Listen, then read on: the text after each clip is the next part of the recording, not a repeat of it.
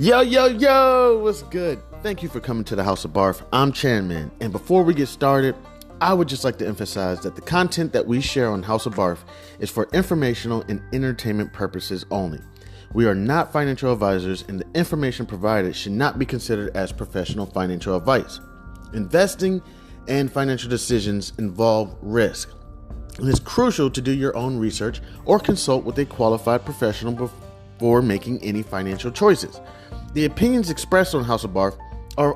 are of our own and do not reflect the views of any organizations that we may be affiliated with. Please remember that past performance is not indicative of future results, and the financial landscape can change rapidly. Always conduct thorough due diligence and seek financial advice from a financial advisor tailored to your personal needs and circumstances. By listening to this podcast, you agree that the host and in the future, if we have any guests, are not responsible for any financial decisions you make as a result of the information presented on House of B.A.R.F. Now let's dive into today's episode.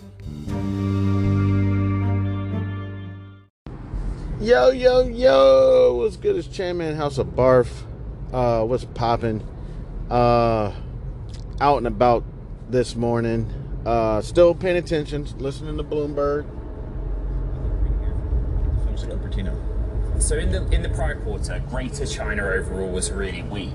But Apple was pretty defensive about that. Yep. And they pushed back and said, yeah, it's because in two categories, iPad and Mac, we didn't have any new products. And new product cycle is really important to the Chinese consumer. But if you look at the third-party data, and they've since been proved. So yeah, just keeping up with the news, see what's going on this morning. I'm probably not going to be able to share the opening bell with y'all this morning. I will be there shortly after. But yeah, just paying attention on how China optimism. I was listening to them talk about that. Talking about how earnings reports for tech are going to be popping today. But I believe they're going to be popping after market today, which is approximately 4 p.m. Eastern Standard Time. So that, we got that going on. Just a whole lot of news. They were talking about the 10-year yield. But one thing I was kind of excited about was we got the earnings reports popping today, and I was able to discover, of course, I know people probably hate this, but, I'm not no genius, by the grace of God and doing research and due diligence and everything, was looking around. What really brought me to this was I was Googling Cathie Wood. I don't know a whole lot about her. I've done some research on her now. She seems like an amazing woman. I don't know her personally. I'm always a little hesitant to give people kudos, especially publicly, because I don't know, for some reason people constantly, I don't know, let me down. You know what I'm saying? Like, I'll be like, oh yeah, I really love such and such, and then 2 weeks later, they're drunk in public, which I'm not judging, saying some bigotry comments, and I'm like, oh my gosh, I was just telling people how much I like them, So, but yeah, she seemed like an amazing woman. She seemed like a great woman, very, hard worker and everything. So I was looking into her ARK investments, and as I was looking into them, I found one called FinTech. So I believe ticker symbol ARKF. I believe all her ticker symbols are ARK. So ARKF. And one thing I liked was it has Shopify in it. Shopify is like the number one holding. And then I found the company that I've been researching. I don't even know how I came across Mercado Libre, ticker symbol MELI. But it has there in there, Mercado Libre is only approximately about 4% of the whole portfolio, which is still crazy to me. It's still madness. Like, how the hell can you afford that much Melly? That's just nuts. That's nuts. Which is really cool. So I was like, you know what, this may be, and the thing is, it's only approximately, I don't have it up right now, it's only approximately $30 per share, something like that. That's crazy. That's something that I can actually invest in if I have any more cash left, which is also, it's driving me crazy a little bit. You know what I'm saying? I really feel like my trading is going to a whole nother level, and I can't take all the credit, seriously. Y'all know I say grace of God, but also, okay, this bus driver just stopped, and it always concerns me when they stop. I freeze because they got cameras on them, and then the bus driver is like, no, go by, and I'm like, hey, I get a ticket, I promise it's on you.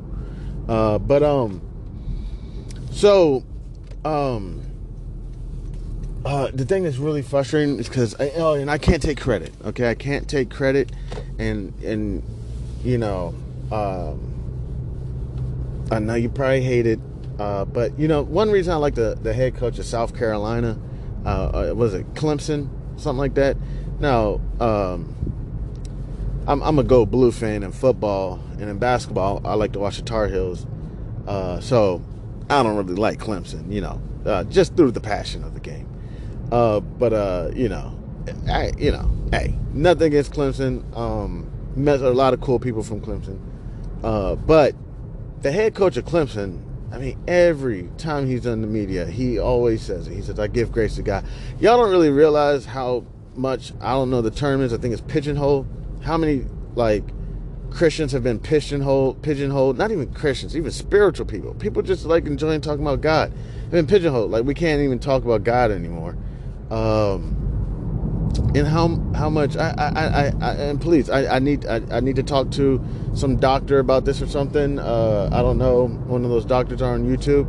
I also feel like males are we can't really talk about being males anymore, or you're some type of phobic, you know.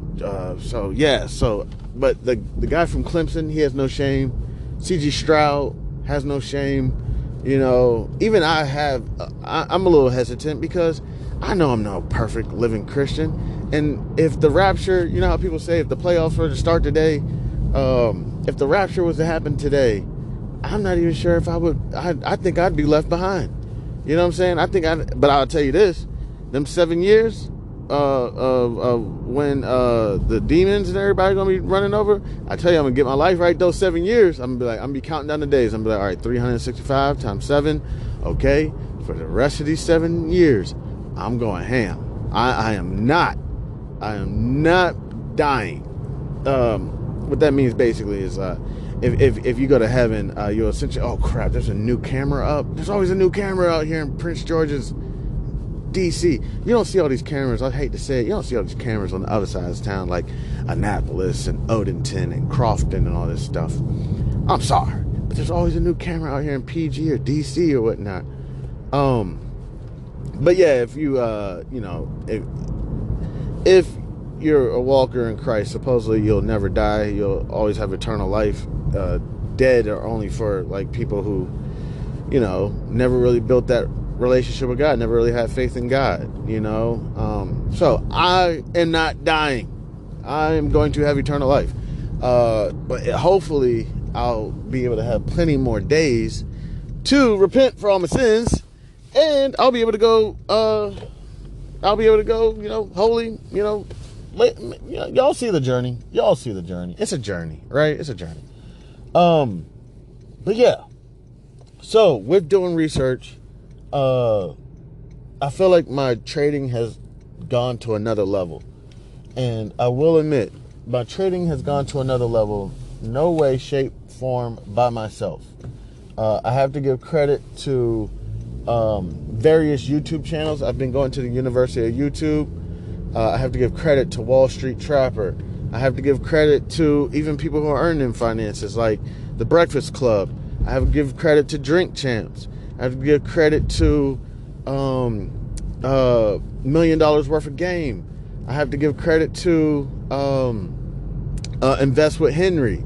I have to give credit to Black Girl Stocks. I had to give credit to crap. I can't remember this other guy because I don't really watch him that much. I kind of been slacking on Black Girl Stocks too. I can't remember the guy's name. I believe I subscribed to his channel.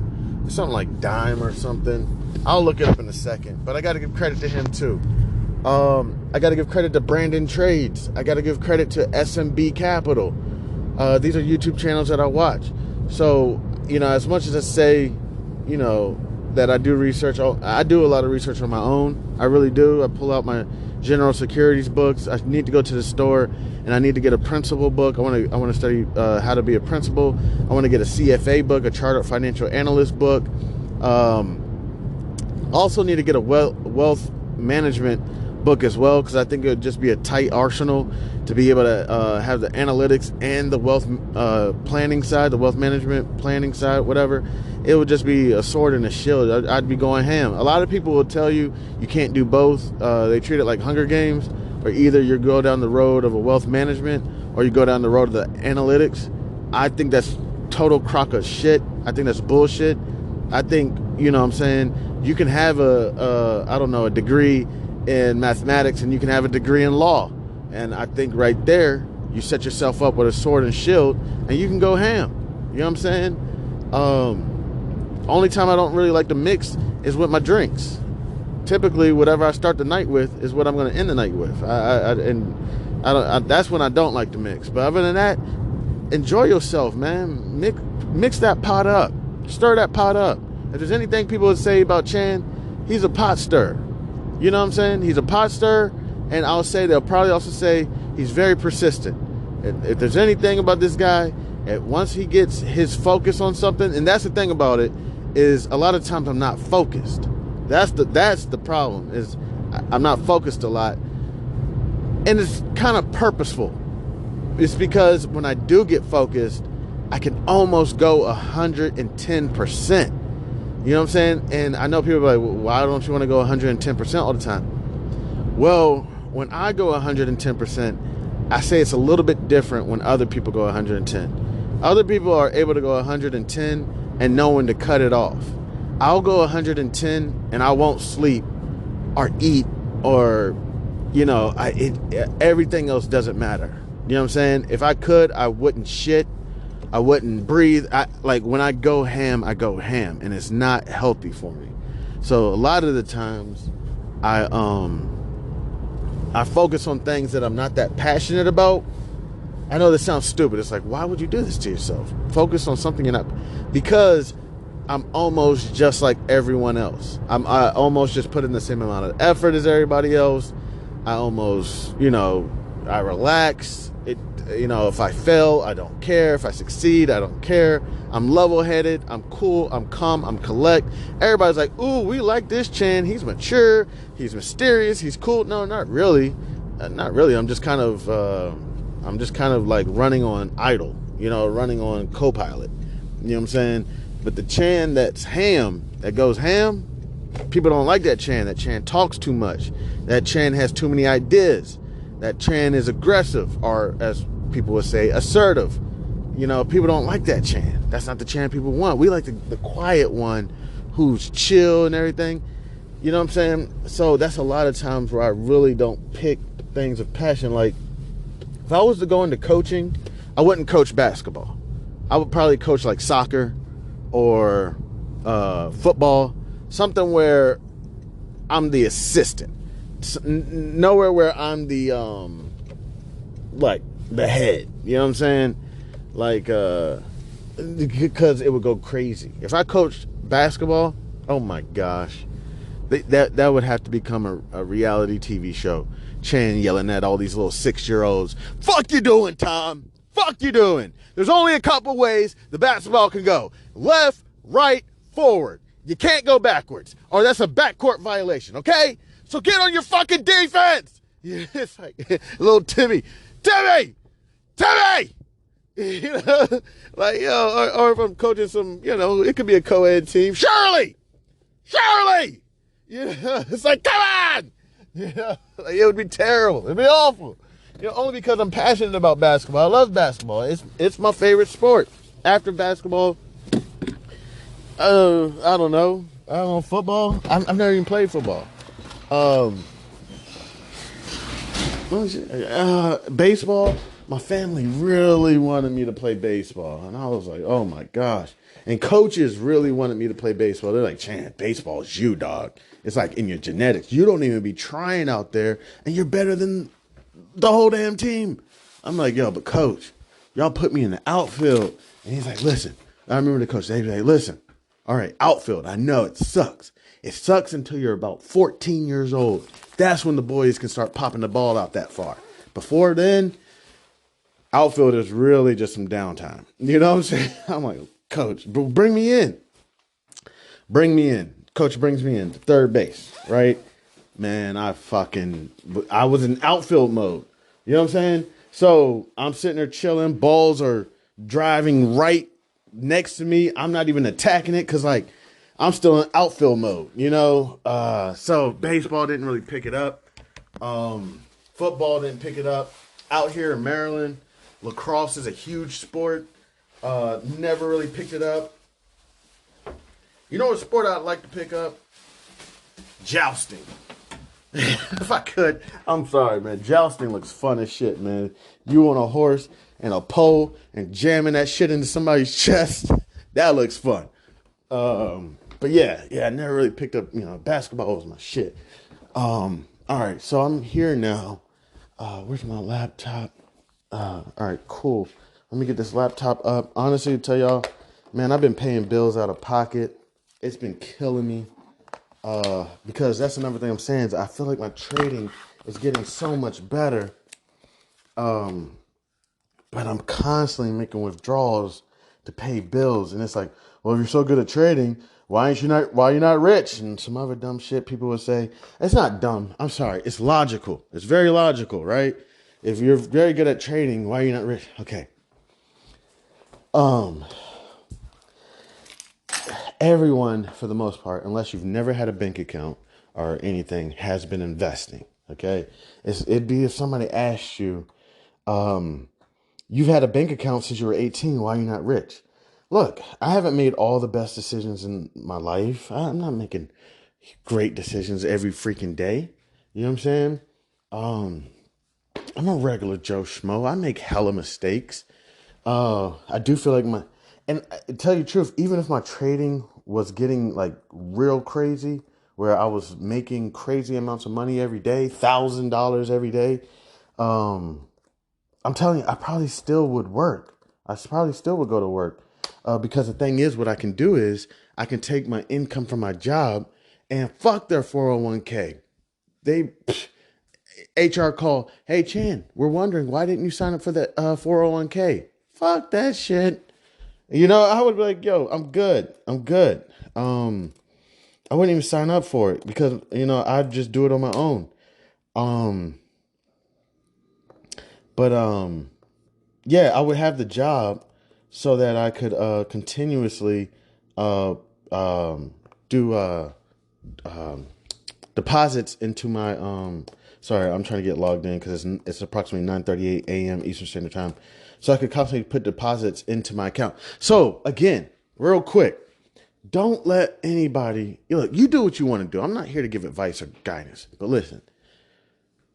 If you see somebody out there with a portfolio with like $200,000 in there or some shit, don't sit there and think like, because what a lot of people would do. Sorry, I keep putting my username and password in incorrectly. What a lot of people will have you think is that they started from zero and now they're here. Started here and buying, now you're here. That's what they're gonna have you thinking. It's hella false. Okay. I'm not saying everybody, okay? There's always an anomaly, but I'm going to tell you, for the most part, there's been some form of an inheritance, some form of an annuity, like or beneficiary plan or something that they came into, some form of worker compensation or something that happened at the job, some form of a loan given by a family member or a bank. I'm not saying no one. But you're not going to get rich off trading, especially if you're doing it conservatively. and not conservatively, prudently, or consistently. Not going after thousands of dollar gains every freaking day. I mean, you can. I'm not saying that's not possible. There's people out there, I'm sure, making $10,000 a day trading. You know what I'm saying? But if you're going after consistency, which I'm pretty sure there's fantastic traders. I don't know them, okay? Trust me, I'm pretty sure they're out there, all right? But if you're going after the consistency, you're not going after the huge gains daily. You're going after consistent gains weekly, monthly, annually, however it works. You know what I'm saying? So you may have the opportunity to make 20 grand if you do a naked call or something. Oh, I could make $20,000-$30,000 on this right now. But a conservative trader, not conservative, I don't even want to say conservative because conservative is different. A consistent investor will say, you know what, I could do that, but I would rather go ahead, maybe put a hedge in, to protect myself just in case there is a backwards, movement or something. And instead of making 20 grand, I may only make 10 grand. I may only make 5 grand.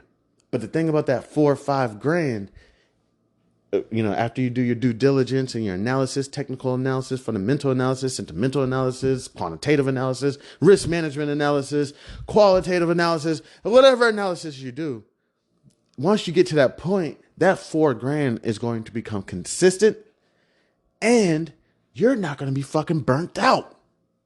That's the main thing. I can't remember years ago when I first got into trading when I was like 18, 19 years old.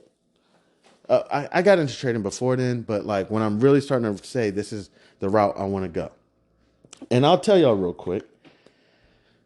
The thing that really got me towards business and finance was growing up in the metropolitan area.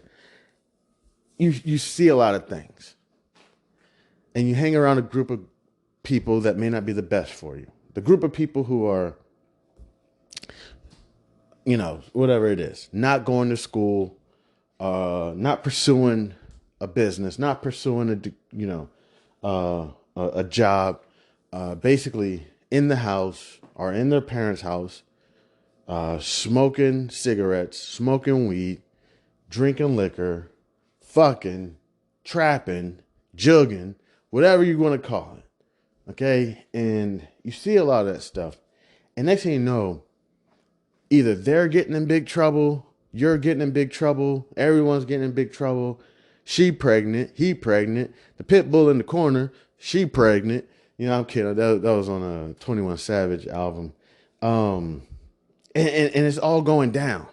And I personally was like, look, there's got to be something better than this. Okay. And I understand. I know it. I love to talk to my trappers.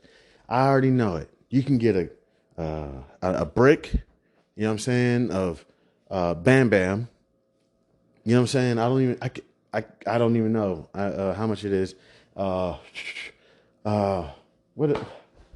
many?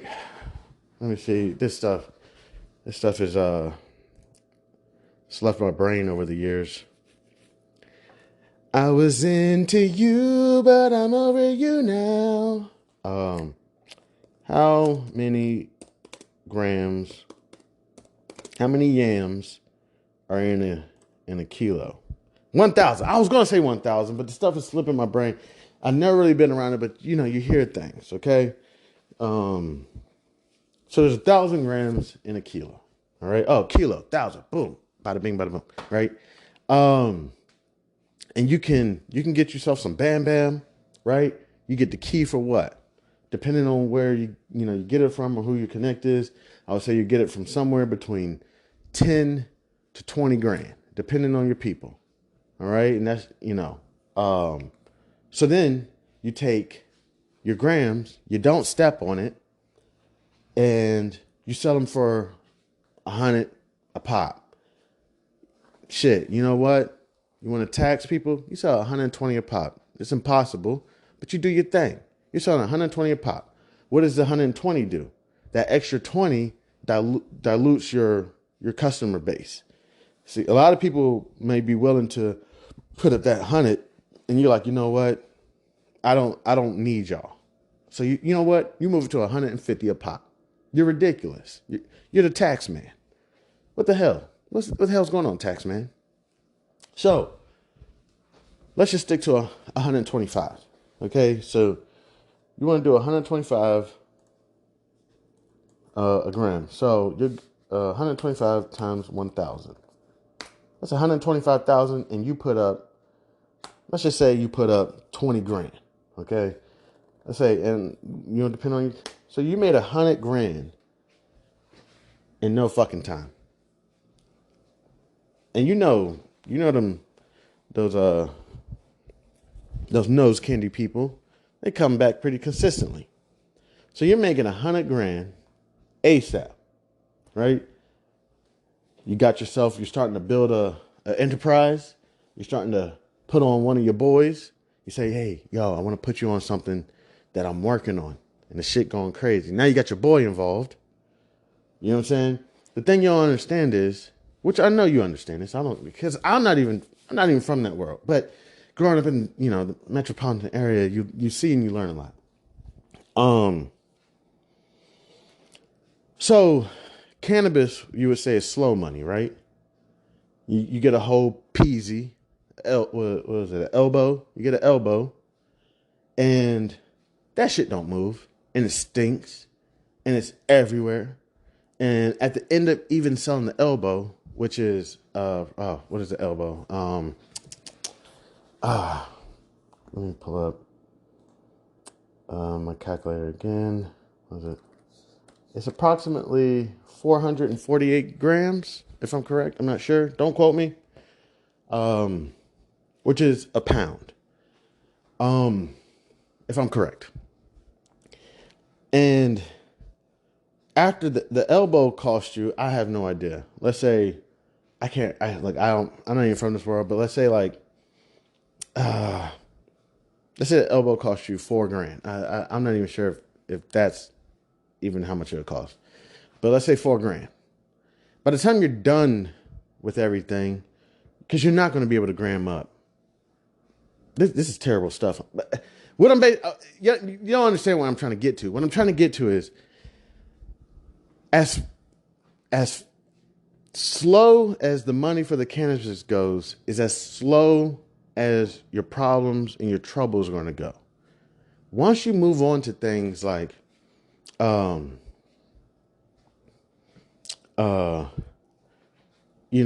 go from the grass game to the sugar game, whatever you want to call it.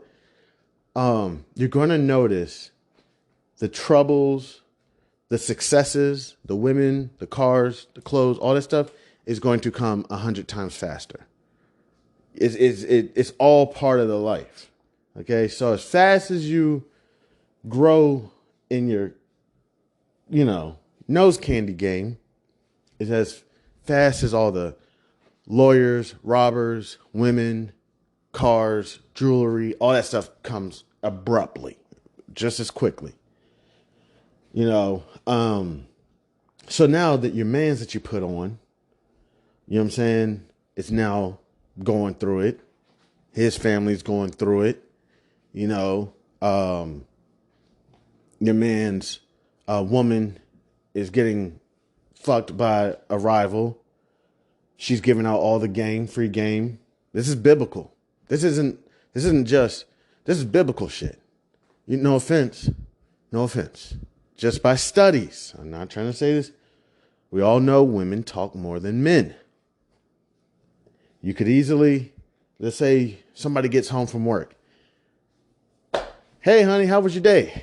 I'm not sure. And it's nothing wrong with it. They're just explaining their day in many more words. There's nothing. That's not. Now have the woman come home. Hey, honey, how was your day? Good. It's just what it is. Men can sum up their day. They could have literally went to space and came back. Hey, honey, how was your day? Good. Same old. Went to work. Got pimped. Exploited. Managers got all the recognition. Organization made millions. I came home with peanuts. You know, the guy could work at a fucking nightclub with, I was going to say Diddy. I don't even want to say his name. I was going to say with Diddy and 50 Cent and Floyd Mayweather. Hey, honey, how was your day at the club? Good. Same old. People drunk, dancing, fighting, cocaine. Say no. So, you know, your woman's getting screwed. She's mad at her man because he's not ever home, and she checked his phone, and he got other women in his phone, and now she's just dropping all this knowledge on your rival. Next thing you know, you got robberies. Next thing you know, you're in court. You're paying lawyers tens of thousands of dollars just to get through this case. You know, you're getting your mom. She's getting older quicker. She's only 45, but she looks 60 because she's worried about her baby because she ain't in the game. Unless your mom or your aunt in the game, or your dad, he's passed away. You can't even be at the funeral because you're doing time. You know, and it gets worse and worse. Every generation, it gets worse because every generation wants to exceed the last generation. You know, back in our day, we had a code. You never shoot anybody outside of church. Or, you know what I'm saying? You never shoot anybody while they're with their mom or their wife. That's not our game. Or you never hit a woman. You know, the new generation is going to be like, fuck that. Hey, I know they go to church every Sunday. We going to get them outside the church. You know what I'm saying? Like, yo, and then the next generation going to be like, we going to get his son while they at school. You know, we're going to get, you know, and it's every generation always is going to try to take it to the next level. Oh, we gotta exceed. We got to let people know our name. Everybody wants stripes. If you ever realize, if you ever run into somebody with no stripes, they're the worst. All right, so real quick, off topic, I haven't even logged in yet to check. And this is what always happens. I don't check it. I made $3,000. Next thing you know, I go back. Oh, $3,000 went down to negative $800. Oh, fuck. I was sitting there creating content, losing money. But, all right, so there was this one time I pissed off my management for some dumbass shit. So I'm working at this retail company, right? I'm the same Chan man pretty much consistently. Told y'all if I don't really care about shit, I'm pretty mellow, pretty consistent. Just go to work, do my job, chill. I say hello to everybody.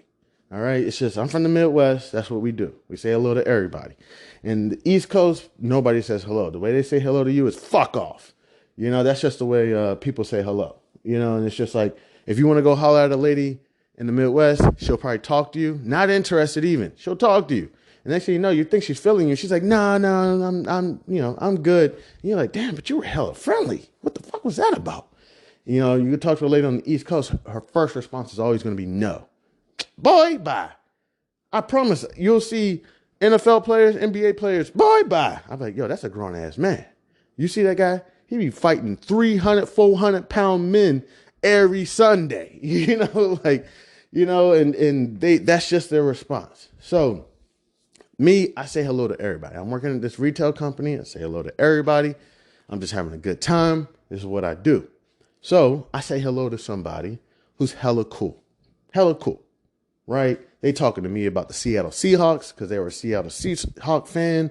They were telling me about sitting in VIP at Seahawks games or whatever, wherever they sit. And we're just having a great conversation. Now, my manager gets pissed off. What are you doing talking to them? I'm like, what the fuck are you talking about? They're a Seahawks fan. They love Nordstrom's, or that was the spot I was at. They love Nordstrom's. What are you talking? Do you know who that is? No, it's a customer. You know what I'm saying? It's a fucking customer. Shut up. You know, no, that is the first cousin to, I don't know, John W. Nordstrom's, or second cousin, whatever, to John W. Nordstrom's son or something. I'm like, what? Who the hell's John W. Nordstrom? You know, like, it's like, John W. Nordstrom. That's the guy who owns this place. Oh, that's his name? Oh, cool. John W. Nordstrom. I like that. That's kind of cool. It's kind of mysterious. You know, so they get pissed off. And guess what? This person ends up liking me, telling people how they like me. You know what I'm saying? It's like, yo, why do we have this guy working stockroom? I was working stockroom and I was every job I go to, I'm always wearing dual hats. You know what I'm saying? Look, first, when I get to a company, they usually treat me like shit. You know, I'm bad at negotiating. I'm not the best negotiator. That's why I have people negotiate for me. Like, if anybody was like, hey, can we purchase House of B.A.R.F off of you or something? Shit, I don't even know if I own it yet. But I would send a lawyer. Right? Lawyer, yo, can you go negotiate for me? You know I'm bad at that shit. Because I don't want to screw them, and I don't want them screwing me. I'm looking for the optimal situation. I want to get a win-win situation. How can we do this? I know if I go and negotiate, I'm going to end up leaving that shit like Kramer. Deal done. They're like, shit, we were ready to give him a lot more. Oh, shit. Starbucks for a week? Done. So, because I'm just like, yo, I just want to get out of here. So the guy ends up, liking me, wondering, essentially, I can't remember all the details because this is probably about a decade ago. Ends up, like, why do we have this guy in the stockroom? Like, why is this guy working stockroom? And then not to mention, they were like, yo, and why does the stockroom look so damn good? I've been coming here for 20 years. I'm dead ass. I've done this at least twice in my life where people have said this. I've been working here, coming here 20 years. I even had other coworkers tell me, and I've never seen the stockroom look so good, running so good, because that's how you get your sales going. If I'm sitting there in the back wondering where the fuck can I find a 16 and a half neck, 34 sleeve, that's taking time. And so if example, I'm sorry, I'm jumping around. In investigations, you want to keep an investigation hot. You don't want that shit going cold. You know what I'm saying? Because when shit starts going cold, even the person who's complaining will go cold. They'll start being like, you know what, Chan, man, I don't even care anymore, man. It's all good. You know what I'm saying? So you want to keep things hot. So you got a great stockroom. What a lot of people don't realize is the shit that really runs business is the shit that you don't even know. The shit that you don't give no credit to. So I was working janitor. I forget what they call it. Porter or whatever. I was a janitor. I was a maintenance man. And I was on sales. I was doing all of it. I was wearing all these hats. You know what I'm saying? Sales is like, I don't know, I know people always talk about sports analogies. Sales is like the shooting guard on a basketball team, or maybe like the quarterback on a football team. I don't know football that well, but basketball, sales is like the shooting guard. The shooting guard gets all the recognition, all the whatever, because why? Their job is to shoot. What's the game of basketball people would say about? Whoever gets the most points. You know what I'm saying? But people don't realize it's a whole team effort. You don't realize that forward guard, or, that number 4 put a pick on a player down in the paint to allow the 3 or the 2 to swing around to get to the wing for the number 1 who's bringing the ball down slowly, trying to confuse the defender on why all this is going on. Now the point hits the 2 or the 3 on the wing, and the 2 or the 3 shoots. They're a shooting guard. Duh. So they shoot, and they get lots of points. So everybody loves the shooting guard. Whoever the 2 or 3 is. Woo, we love you. We love you. Yeah, love you. And they're the ones getting lifted up. But the point guard's sitting there like, damn, I set that motherfucker up. And the 4 is sitting there saying like, damn, I set that motherfucker up. But you get used to it and you don't get the recognition. All right. So sales is like the shooting guard. The maintenance men are like, the 5, the center. I mean, you're just down there doing gritty, nitty, nasty. People will tell you that basketball is not a contact sport. Play the 4 or the 5. You'll learn very quick. Ask Mutombo. Ask Dikembe Mutombo, is basketball a contact sport or not? He was like, no. It's very much contact. He'll tell you. You know what I'm saying? Like, that's what the maintenance man is like. Now, what job is more important? Obviously, I'm being a little, I don't know what you would call it, rhetorical or whatever. No job is more important than the other. This is how damn good I was as a maintenance janitor. Because it's a slash role. It's janitor / maintenance. So I clean the toilets. Trust me, I know about that little bucket next to the women's toilet. I had to empty that thing 4 or 5 times a day. I know about that bucket. That bucket. Whew. uh, I even know that women's bathrooms do get a lot more attention than men's. I'll tell you why. Because there's a lot more women that shop. Women's shoes department, insane. Kids clothes department, insane. Who takes kids shopping more? So there's a lot more foot traffic of women than there is men. So the men's bathrooms, you may not have to manage that much. But the women's bathrooms, you gotta maintain them. So that's why you see couches in there. That's why you see candles in there. That's why you see it's a nice, soothing environment. Not to mention it's just women, period. But also it's because it's a lot more women. You just want to cater to the women. Let them kick their feet up, relax, because they're doing a lot more shopping. Y'all don't realize it. When women shop, they shop. I mean, they shop like, how you're a regular at the local bar? Women, they're regulars at retail stores. Seriously, it's like that daily, multiple times daily. You know what I'm saying? But yeah, no job is more important than the other. You know what I'm saying? Because I got so good as a janitor maintenance man, the women started knowing my name.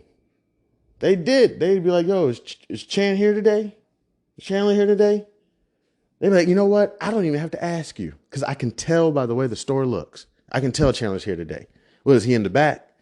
You know what I'm saying? Because a lot of times I'm always just, and was I an expert at light fixtures and changing tile? Hell no. That's why I have a team of individuals. Hey, such and such, could you help me with this broken tile? You know what I'm saying? I don't know how to fix fucking tile. Well, how are you the fucking maintenance man? Dude, come on, stop it. Shut up and just help me fix this tile. And then we get it done and we move on. But it got to a point when they knew I was there. They walk into the store, they be like, Chandler's here, isn't he? I could tell. The store looks great. And when the store looks great, what does that make people want to do? It makes them want to shop more. So yeah, there's no job that's more important. But to get to the point of what I was just saying is, I forgot what I was talking about, but essentially the real cool individuals are the ones, no offense, I don't know how to describe it. I was going to say more closer to the top. You know what I'm saying? The managers, not fucking cool at all. You know what I'm saying? They're struggling. They're trying to feed their kids. They're trying to survive. You know what I'm saying? So they're willing to take you out and like that. Once you start getting closer and closer to the top, I even forgot how we got to this on this topic. You're going to start noticing people are real chill. Those are the people who are going to be like, yo, you want to go to this Nats game with me tonight? And you're like, yeah, sure, I guess, yeah, sure. If you want to go, you want to go. If you don't, you don't. But at the same time, sometimes you look at it and you're like, man, this would be a great networking opportunity. I mean, this guy is the first cousin of John W. Norsham's son. Like, I should probably go. This is an opportunity. So you look at it more so like that sometimes, unless you're really just a Nats fan or a Seattle Seahawks fan, and you're just like, yo, fuck yeah, I want to go. But yeah, so my bad. Trapping. Going to the trap. I like to talk to my trap stars but yes, getting to the investments. What really kind of got me into the investments world was I saw all that stuff going down. I seen a lot of it going down, and I didn't see it at different scales. I wasn't like on Frank Lucas scale or I'm not saying me personally, but the things I've seen, or Rayful Edmonds scale, or the Queen, I forget her name, Queen of Columbia or something. I can't remember her name. I didn't see that shit on that level. You know what I'm saying? But you see it on maybe smaller levels. You know what I'm saying? And you start seeing people getting in trouble. You start seeing people stabbing, each other in the back. I don't know. I think I was around this one incident. I seen siblings shooting at each other. I wasn't around. My man called me, and he didn't call me the day it happened. He called me years later, and was like, "Yo, I want to tell you about some wild shit I went through, man. My mom and my uncle got into a shooting match with each other over probably a brick." I was like, "What?" He's like, yeah, man. Man, I've been through too much, man. It's it's just getting to me, man. And the thing is, he also told me, Chan, I seen millions of dollars. I seen millions of dollars, but no one's ever able to keep it. They either start using the drugs that they're selling, they end up shooting at each other, stealing it from each other. You know what I'm saying? He's like, nobody's ever able to keep it. They even say wealth only stays in the family 2 or 3 generations before, somehow, some shape, some form, it's gone. Yeah, it's a whole lot. So I said, what's a way for me to kind of get that? Because the thing is, when you do hang out with certain groups of people, you do see kind of both sides. There is another side. Bad bitches. Oh my gosh. Oh my gosh. I mean, the cars, the toys, the different toys, the 4x4s, you see the other side. It's almost, and this is going to be the dumbest shit I've ever said. To an extent, sometimes it's almost a little worth it, even if you get to live that life just one day. It's you see the other side, and it's nice. It's really nice. Never been in a penthouse, but I've been like below a penthouse, whatever it is, a villa or something. The villas, the ocean view villas or whatever. Oh my God. That is probably one of my favorite things. The ocean view villas. Oh my gosh. There's nothing better. They're so good. You might not even make it to the beach. I mean, you feel like you're at the beach, Oh, one more thing. And this is probably terrible. This is terrible. The respect. Oh my gosh. The respect is, now that's addicting. You go to a restaurant or a club and you don't wait in line. The servers are immaculate. Oh my gosh, it's amazing. So I said, all right, so how can I get to trap life energy legally? Or as you hear in the old Italian gangster films, legitimately. So I said, you know what? All right, no, I'm not going to say that. One day, I'll tell you, I'm sitting down and my pop is trading. And he pulls me to the side and he says, basically, do you know what I'm doing? And I'm like, nah, I don't understand what you're doing. I don't understand none of this. He's like, I'm trading. I'm trading stocks. I said, okay, well, teach me how. So we sat down and he started introducing me to it. I'm like, cool. And at this time, I'm probably 15, 16 years old. You know what I'm saying? I'm not even able to trade yet legally, unless you open up a custodial account. And my dad didn't open up a custodial account. He would just, show me his portfolio and say, this is what I'm doing. I said, okay, Dad. All right. Can I pick a stock next time? He's like, yeah, sure. Yeah. You go out, you do research, you pick a stock out. I think the first stock I ever chose, was Sony. I think that was the very first one. I think it was about, if I can remember, I think it was about $17.43 or something. And I said, all right, let's do Sony. And I think my pop held on to Sony for about a year. It ain't do shit. I was like, my bad, Pop. Get rid of that shit. And I was like, all right, let's move on. And I'm not sure, but I think one of my next ones was Google. Google was approximately $500 at the time. Google did really well. I can't remember a few others. It goes down the list. And I said, you know what? This could be a vehicle to get me away from hanging out, from being associated around all that, what I would consider poisoning of the community. Now, I'm pretty sure if you ask the government, the CIA or the FBI or anybody, they'll tell you that there's a certain amount of criminal activity that needs to go down in order to keep, order.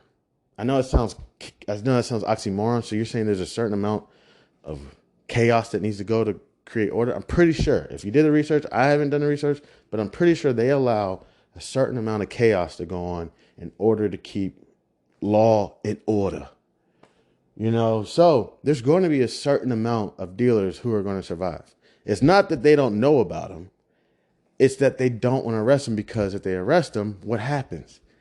Dealers can't deal, addicts can't addict. And then what happens if you have an addict who's not addicting? Oh my gosh. Load them up. It gets nasty. They start robbing CVS's, Walgreens, all type of stores. You know what I'm saying? Businesses start moving their businesses, saying we can't do business here anymore. We keep getting robbed. Cities start depleting. Other cities are progressing. Gini coefficient gets wider and wider. The gap between the rich and the poor gets wider and wider. And then what do you have? An explosion, a riot. Not even some small riot, a real riot, a LA Watts riot. I don't know, an Oakland riot. I don't know who else rioted that was just that crazy. A Million Man March. And it just goes nuts. And people are going to say, this isn't fair. This isn't right. Why is MoCo, Montgomery County, middle school, look like my kid's college? They're going to be like, yo, why is it that everybody from that side of town gets opportunities, but we can't even find a fucking job? And it goes crazy. I could be completely wrong about this shit, but if you're able to have a small group of people dealing their deals, their perk 30s or their Xannies or their, God forbid, fentanyls and nose candies and Bam Bam and butter and water and whatever else is out there. What does that keep people doing? That keeps people out functioning, keeps people happy. They're not robbing, they're not stealing. Dealers aren't doing other deals, shit they shouldn't be doing.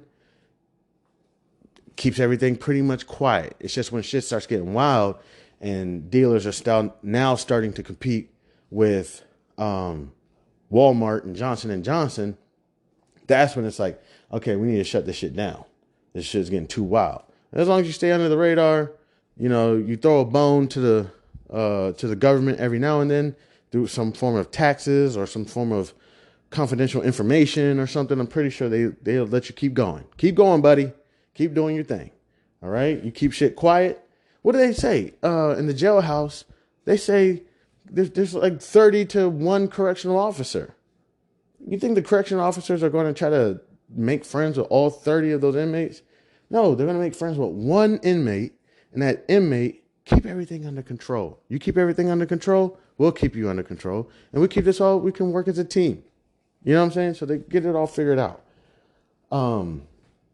So I said, you know what? Let me figure out something that I can do that keeps me away from all that. I don't want to be around it anymore. I don't want to hang out with those people. I'm okay with being Cracker Chan. That's what that was. I got a few nicknames. One of them, Cracker Chan. Trump Jr. That's another one. You know what I'm saying? Trust me. I'm all right. I'm all right. You know what I'm saying? I'm okay. I'm okay with telling people I want to separate myself from this. There's no need to be around people rolling around with guns every day, tape on the fucking butt. You know what I'm saying? Like, hollering, it's just a whole lot. No need to even be around this. I need to be, I'm supposed to be somewhere else. I'm supposed to be Cracker Chan. I'm supposed to be in college. I'm supposed to be reading these books to try to better myself. I'm supposed to be uplifting my community, not helping possibly tear it down. You know what I'm saying? Like, maybe that's just my purpose. And so when Pop taught me about trading, it went crazy in my brain. I said, boom, here it is. One of the vehicles that will get me where I'm trying to be. Now, eventually, hopefully, I'll be able to do other things, small businesses, philanthropy, all these different various things to get me where I want to be. And where do I want to be? I want to be in the most basic term of successful, not that other success, where in the most basic form of success. I want to be successful. I want to be able to, pay my bills 6 months to a year in advance. I want to be able to give my children an allowance. I want to be able to take beautiful women out on dates, fancy restaurants, not gold diggers. But I know that term is kind of like it's hard because it's like, how are you going to tell a woman not to have standards? I don't know the definition of a gold digger, but I guess it's one of those things when you know one when you see one. But take beautiful women, on dates to beautiful restaurants and beautiful vacations to places I haven't been. I haven't been to Turks and Caicos. I haven't been to Aruba. I haven't been to a lot of places, so that's really my goal. That's where I want to be at. That's what, and in another sense, I do want to be successful in another sense. I want to have a great relationship with God. I want to have my integrity. I want to have my ethics. I want to have a great relationship with my family members. I want to have trustworthy, loyal friends. I want to, that as well. So that's the overall goal. And I seen the market being one instrument to be able to get me to that. I'm not saying it's the beginning. Oh, that's why I said also, I would go back to work even if I was a successful trader. It may be different though. I may not be like a 9-to-5 employee. I could be a contractor or something and work for the company for, 3 years, 2 years. And then my contract is up and then I go back to day trading. But in that time, I'm taking the money, I'm throwing it in my portfolio, building up my portfolio. So instead of trading one contract, I'm trading 10 contracts. And it's the same difference. It's not like I'm risking my whole portfolio. It's just the same difference. And now I'm just trading 10 contracts. Now I'm making thousands of dollars a day instead of $100 a day or something. You know what I'm saying? Just different things like that. And as long as I manifest it, as long as we manifest it, we will get there. You know what I'm saying? So, been babbling on. Haven't even haven't checked the market. Let me go ahead. You know what? Really, there's nothing in the market for me to do, to be honest with you. I've been paying bills. I'm going to sell a couple contracts. JetBlue, I'm going to go sell a couple contracts. Probably a couple calls. I'm not sure. All right. You know what? I'll go ahead and I'll bring it back. All right. We'll just do another 10, 20, 30. I always say that and then it's 30 minutes long. We'll just do another 10, 20 minutes real quick about my trades. Thank you so much to everybody who decides to stop by and kick with your mans at the house. I appreciate it. I'm Chanman. This is House of A.R.F.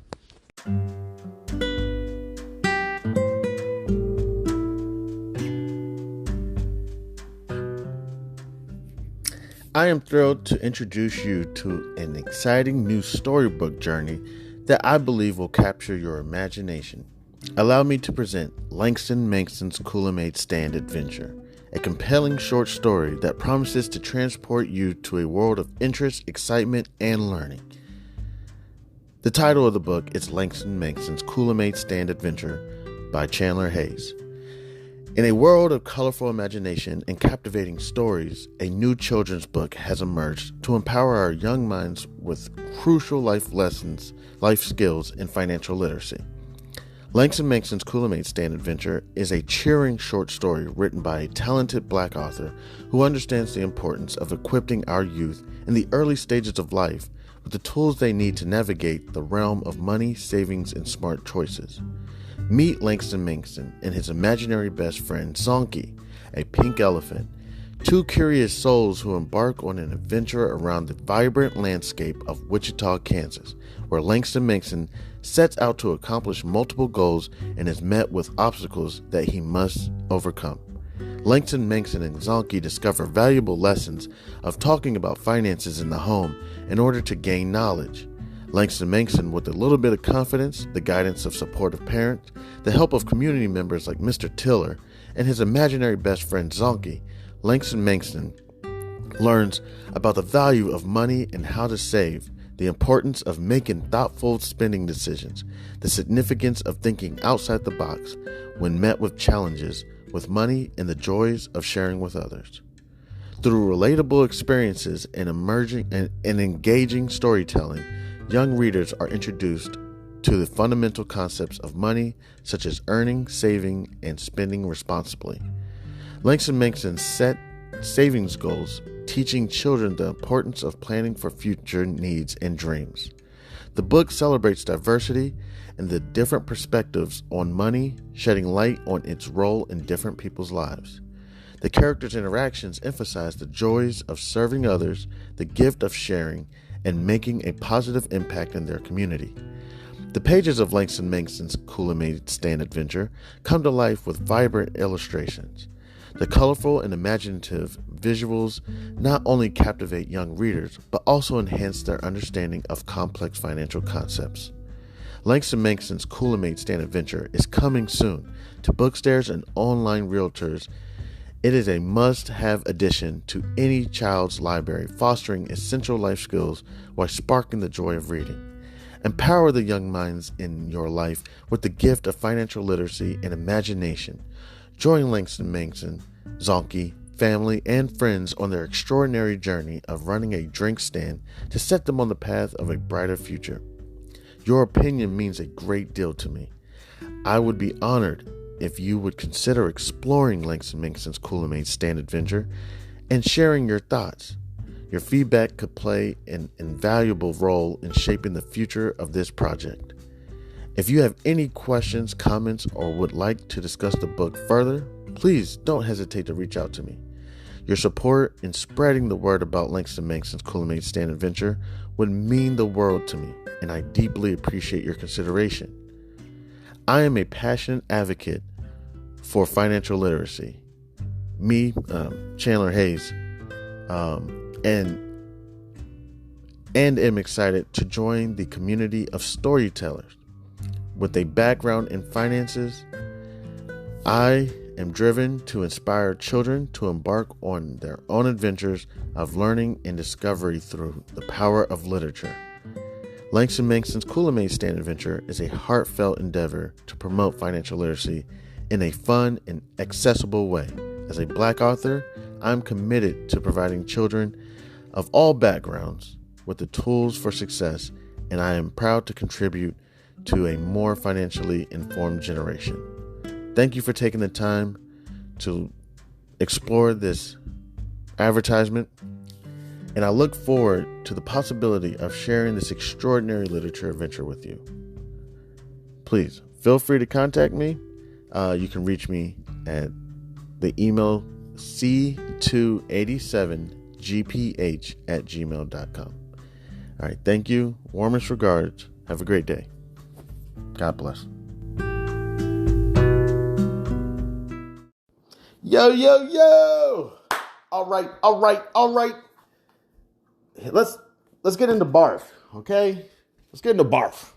All right, my bad, y'all. You know I'll be babbling. All right, so told you I found this ETF referred to as ARKF. Now, the thing is, with my eligibility, I have to sell short puts.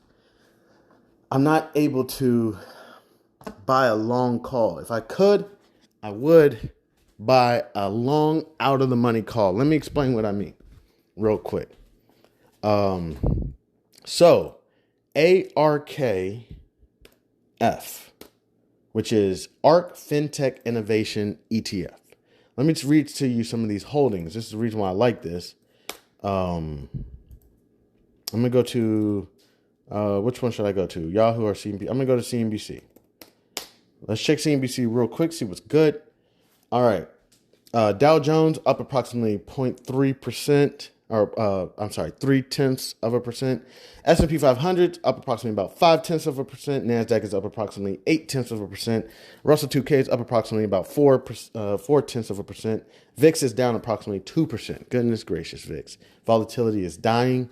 Why? We don't know. I don't know right now. But we can find out later. I may not find out right now, but we can find out later. ARKF. All right. Let me pull it up. Trading at approximately $25 per share. I should be able to get a lot of this. All right. Let's check the year to date. Where was this thing a year ago? This thing a year ago was at approximately $20, and now it's at approximately $25.72. It's approximately 10:21 a.m. Eastern Standard Time, February 1st. Shout out to all my February babies. Let's get it. All right.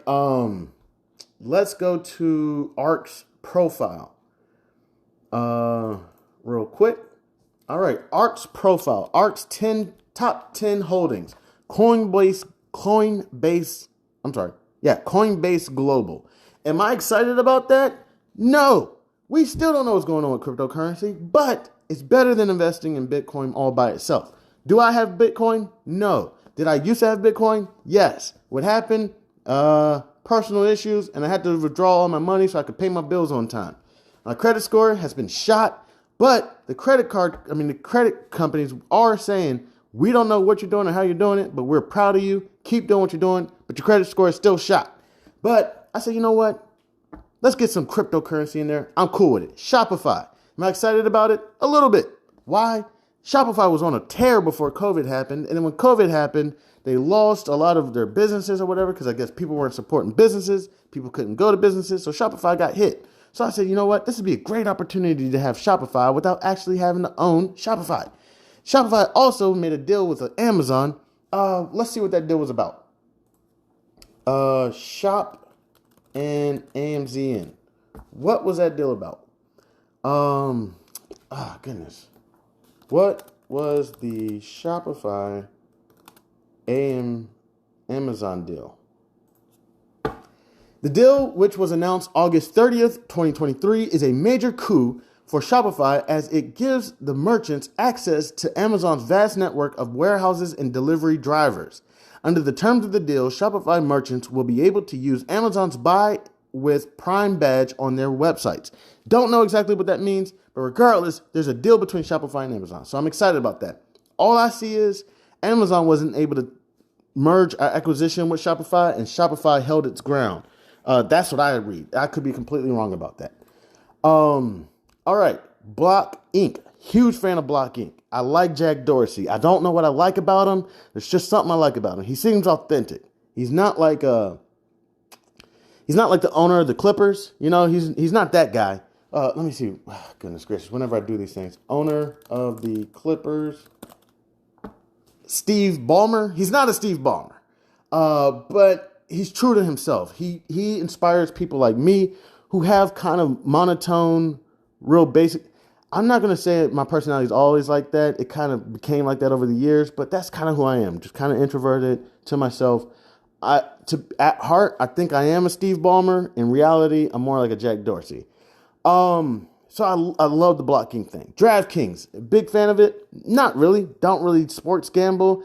I will start sports gambling. So people say, well, you love the stock market. Why don't you sports gamble? You can bet $2 and make $2 million. I say, that's crazy. How does that work? What bets are you making? Oh, 15, 16 leg parlay. Oh my gosh. So DraftKings, don't really care about it. We can run some of the finances on it in a little bit. But I will get into sports betting. So one big thing about the stock market people want to talk about is, oh, you love the stock market. Why don't you love sports betting? I say, look, there's this thing where I have ownership of the company I'm invested in. When you sports bet on the Kansas City Chiefs winning the Super Bowl over the San Francisco 49ers, do you own the Kansas City Chiefs? No, not even a little bit. Okay. So that's why I like the stock market. Okay. I have a little bit of ownership in this company, which makes me really keep my eye on this company. And guess what happens with ownership? I can give it to my children. If I ever pass away, I can make them beneficiaries. And make sure you check your wills and your beneficiaries and your trust and everything. It happens to a lot of people where they fall out of relationship with their child. because of various reasons. One time I heard about a grandfather, I believe, falling out of a relationship with their child because I can't remember, I think it was a he. He got somebody pregnant before he graduated from college. And they had a falling out. Grandfather wanted to take the child out of the will.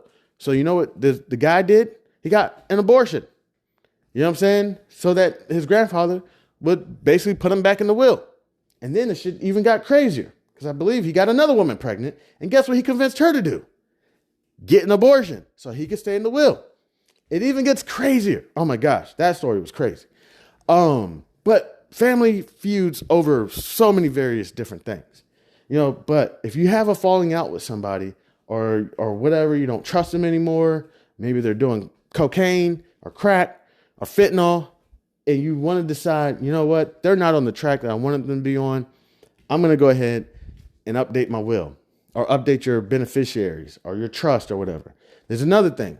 If you have an ex-spouse, you were married to somebody, y'all been divorced a decade now, go check your beneficiaries, your wills, and whatever, so you can get this stuff updated. Now, with the DraftKings thing, someone said, you know what, Chan?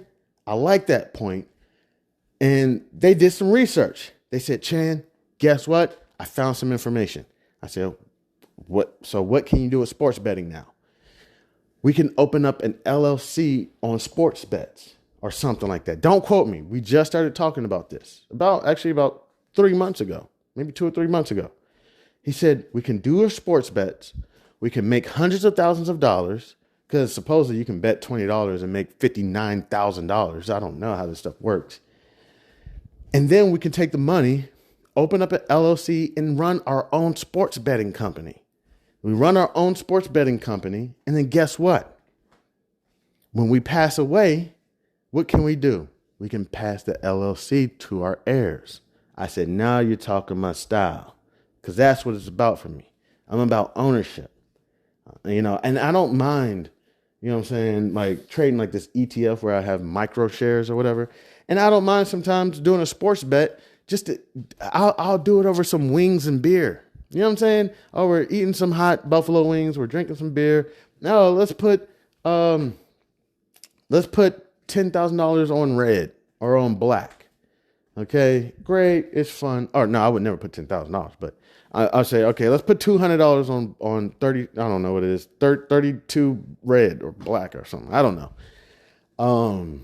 It's just fun. It's just fun for me. I'm not expecting to get any return. I'm just doing it for the ambiance.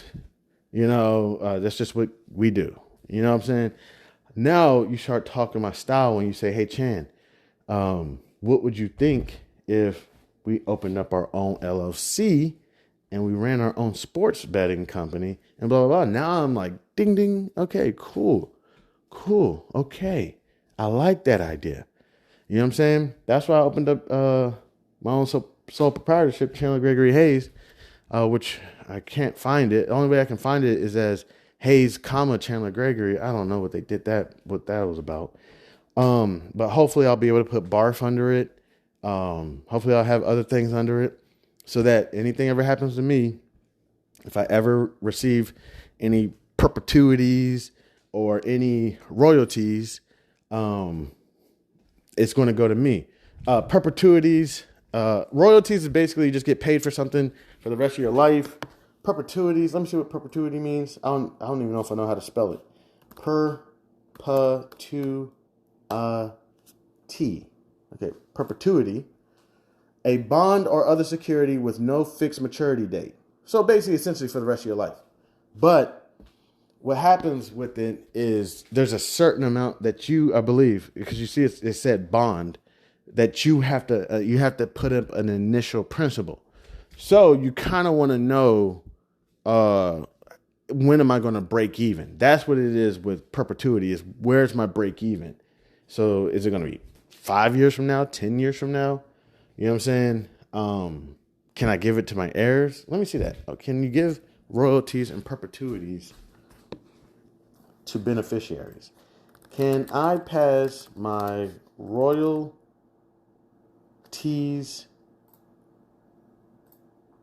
to a Benny? A beneficiary. When an author dies, royalties on their contracted titles continue to be earned and are inherited by the beneficiaries of the estate. Damn! Now that's what I'm talking about. Can I pass my perpetuities, which I'm pretty sure is going to be the same. Perpetuities. I don't know if I spelled that correctly. Let me try one more time. How do I spell perpetuity? Perpetuity. Perpetuity. Okay. All right. Can I pass my perpetuity to a beneficiary? The value of a perpetuity tends to decrease over time. Perpetuities pass on to the beneficiaries at the time of the holder's death and continue to make payments as before. That's what the fuck I am talking about. That's that type of money I'm trying to get. And I'm not trying to be rude, or I'm not trying to be yum, yum, yum, yum, yum, Mr. Crab. We matey. You know, I'm not trying to be like that. But that's the kind of money I'm trying to bring in. All right? And there's other incomes as well. There's like passive income. Let me see something real quick. What's passive income? Passive income is different. What is passive income? All right,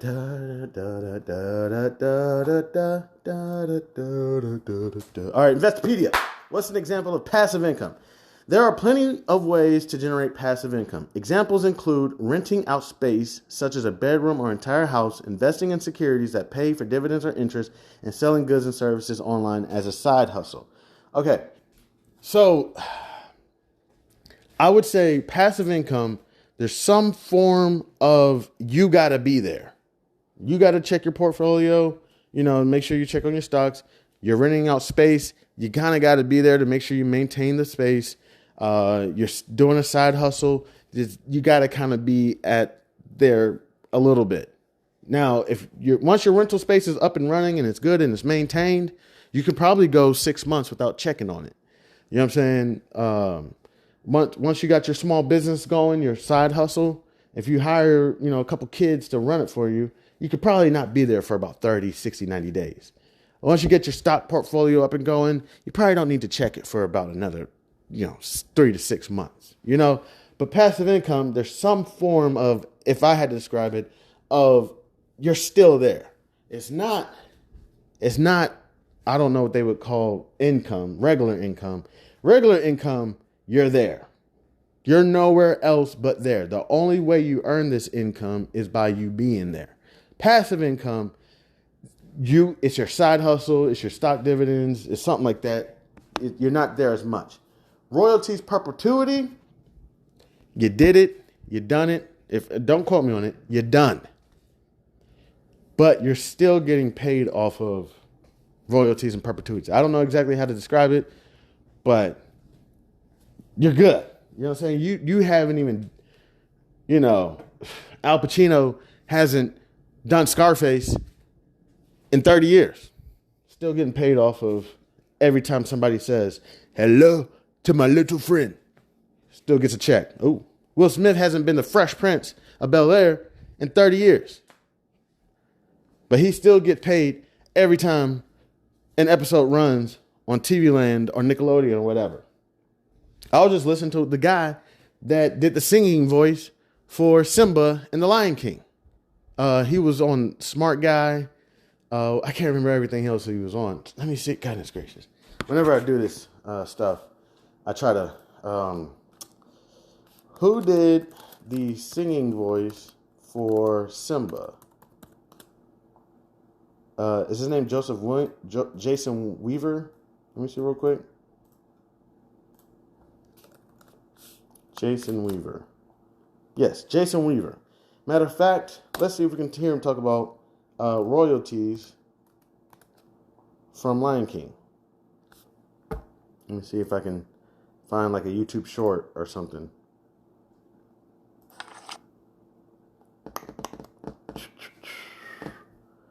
Give me un momento, por favor. Well, I guess when you first signed the deal. Yeah. This is an interview by DJ Vlad on YouTube. with Disney, they offered you just a big upfront check with no royalties. That's initially what they tried to do. Yeah. But you negotiated royalties. Absolutely. On it. How big of a check was that when they offered you the upfront check? Way more than what they initially offered. I'll just put it to you like that. Like, when I got my first royalty check, me and my mom thought it was a mistake. Okay, no. What I'm saying is, okay, when they gave you the first offer, yeah, with no royalties at all, yeah, was it a huge check? Oh yeah, it was like, I remember it was like $2 million. What? Yeah. They offered you a $2 million check to sing the parts in The Lion King. Yeah. Not even do the voice yet, just do the singing parts. Just sing it. $2 million. Yeah, because they were on it like... They were cutting checks like that, huh? Well, you got to remember, they're coming off of... Well, I guess you're the main character. Yeah, and then they're coming off of Beauty and the Beast. They're coming off of Aladdin. You know what I'm saying? Like, Disney had bread. Disney just would write a blank check, huh? They'll write it. And that was the thing that struck my mom. She was like... Because our agent called and was like, Kitty, they offered Jason this. And we were all like, holy shit, are you serious? I mean, you know, that amount of money to average middle-class family in Chicago in the early 90s, that's something. But immediately my mom goes, wait a minute. After the initial excitement wore off, she's like, wait a minute. Okay, if they're willing to do that, okay, that's it? That's all he'll ever get for like the remainder of his life. They were like, that's it. He takes the money, that's it. She was like, no, let's negotiate royalties. Let's negotiate based off of royalties. And this was definitely at a time that when Disney wasn't doing those kind of deals. Huh, okay. Unless you were like Peabo Bryson or somebody like that, like already an established huge pop star that they had recruited.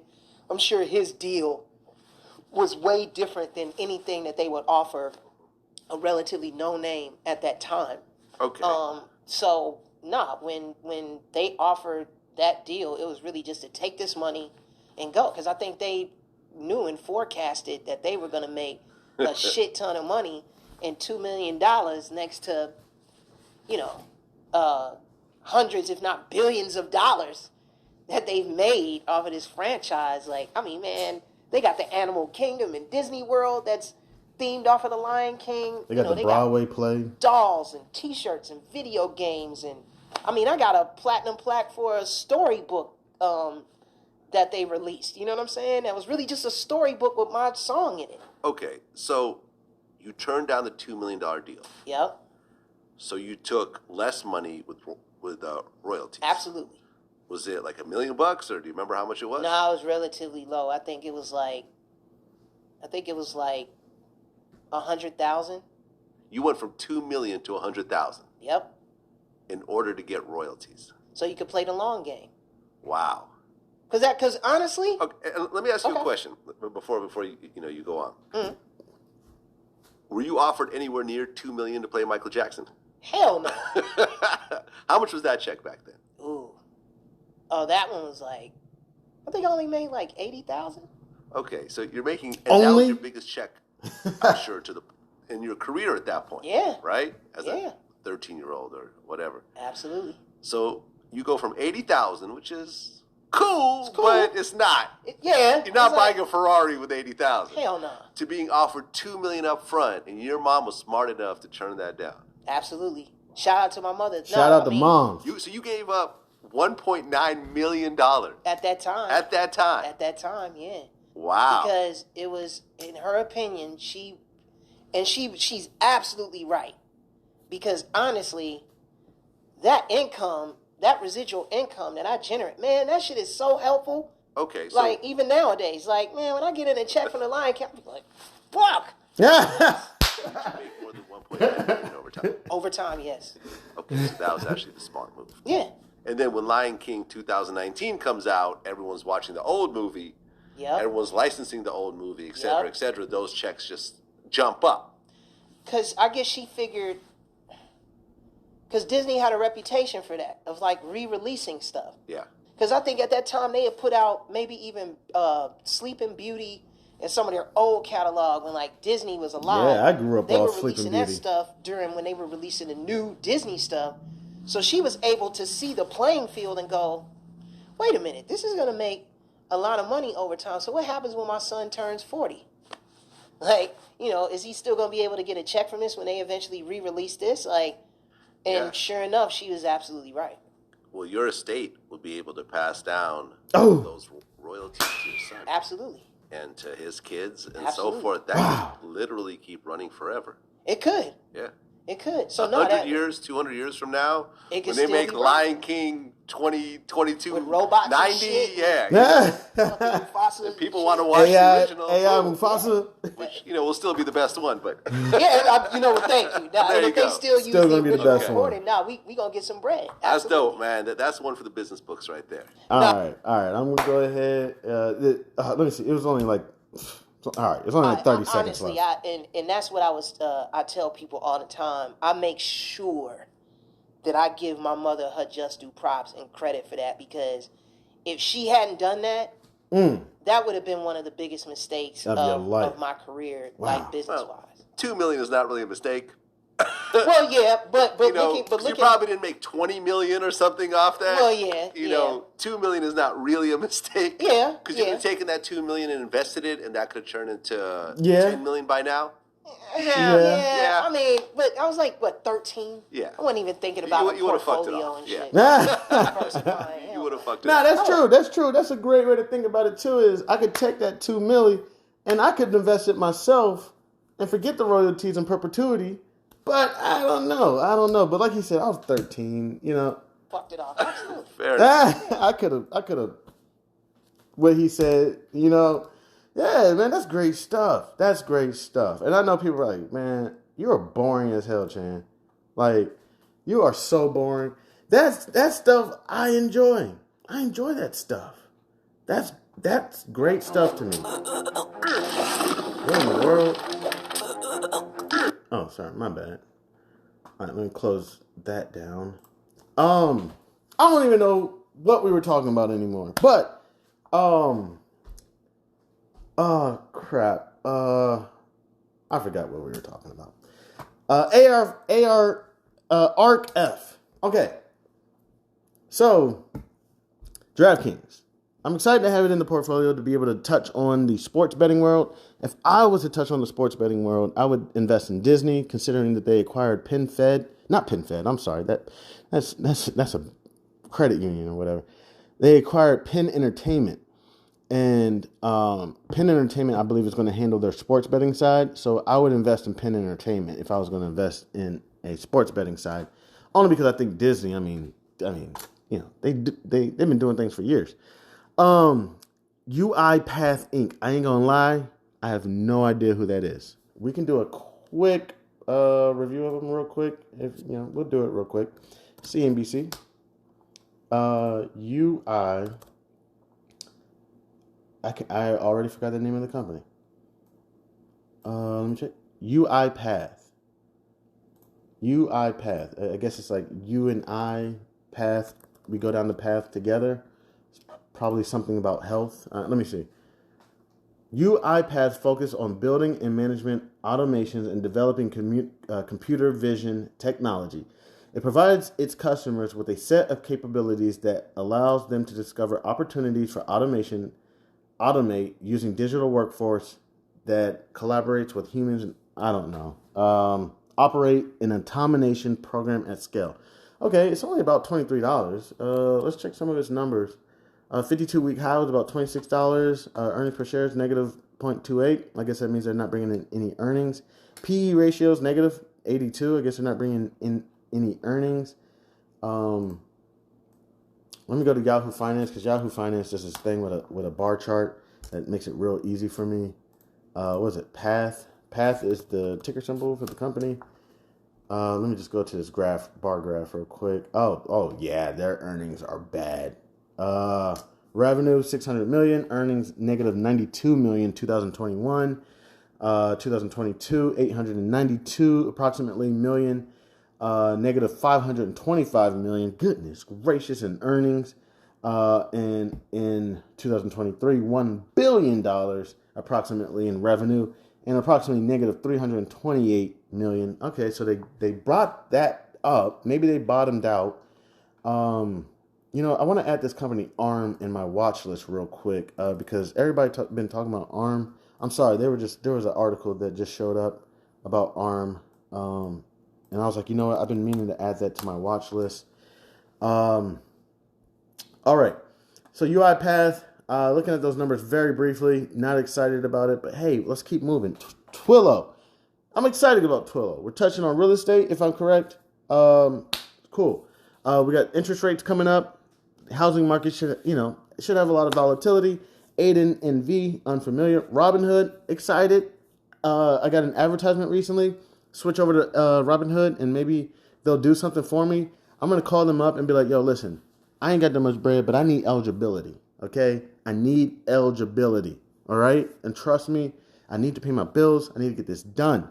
I can't sit here selling puts all the damn time, fucking up my shit, and you're taking the cash. I can't live. I can't do this. Give me eligibility. Don't even, you know what? And give me some margin, okay? Give me 50% margin and eligibility, all right? I could have used this 10 months ago, but hey, everything happens for a reason.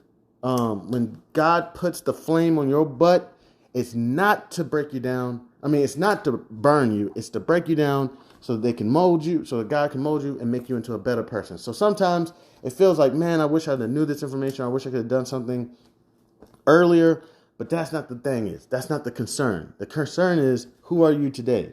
That's the main concern. So I need eligibility and I need 50% margin. 100% margin would be better, So Robinhood, I'm excited about that. Global E Online, don't know them. Mercado Libre, I'm so excited about that one. That's really the thing. I've been doing my research on them. What are they again? Ticker symbol MELI.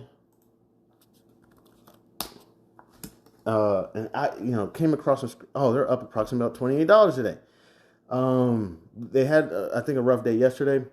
Mercado Libre is a Uruguay-based e-commerce business facilitator of Argentinian origins. The e-commerce products enable retail, wholesale via internet platforms designed to provide users with a portfolio of services to facilitate commercial transactions. So that's what they do. Mainly based in 18 countries of Latin America. But, when I reviewed some of their fundamentals, it just looked like a great company. So I'm going to be working on ARK, investing what I need to do. Maybe I need to sell some puts or something. I'm not sure. On the meanwhile, so I have a lot of Carnival. I got Carnival because I think people are going to start taking cruises soon. So I was like, let me get a lot of Carnival. My trade price, $17. Currently, Carnival is trading at approximately $16.53. It's approximately 10:50 a.m. Eastern Standard Time, February 1st, 2024. So what I did is I sold a call on Carnival at 18. So that should give me approximately $1 per share. So approximately that should be $100 plus the premium that I received for selling the call, which was approximately 3 cents. Okay, so that right there, I'm just leaving alone.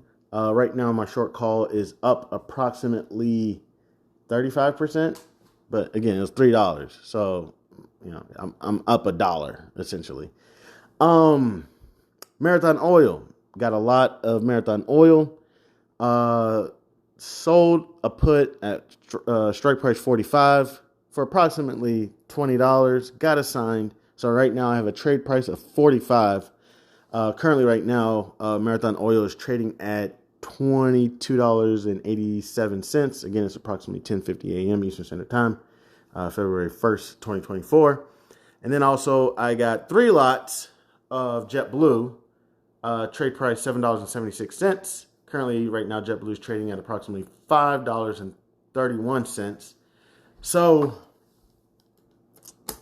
I don't know what to do, JetBlue. What to do with you? Let me go ahead and try to go sell 3 calls. Let's see. Let's take a look at JetBlue. Maybe I should sell a put and try to get it signed. I don't know what to do with you, JetBlue. What to do, JetBlue. All right. Let's look at the chart real quick.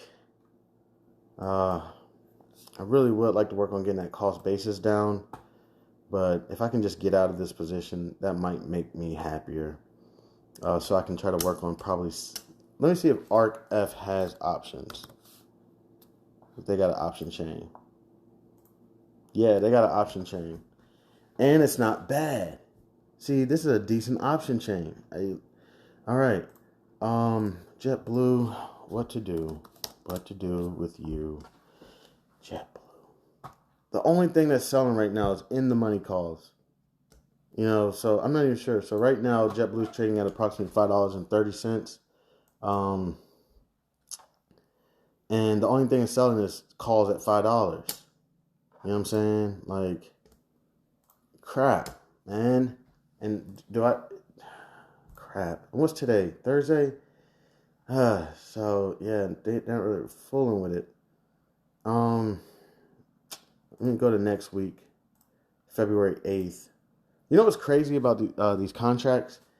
You feel like 30 days, even 700 days is a lot of days.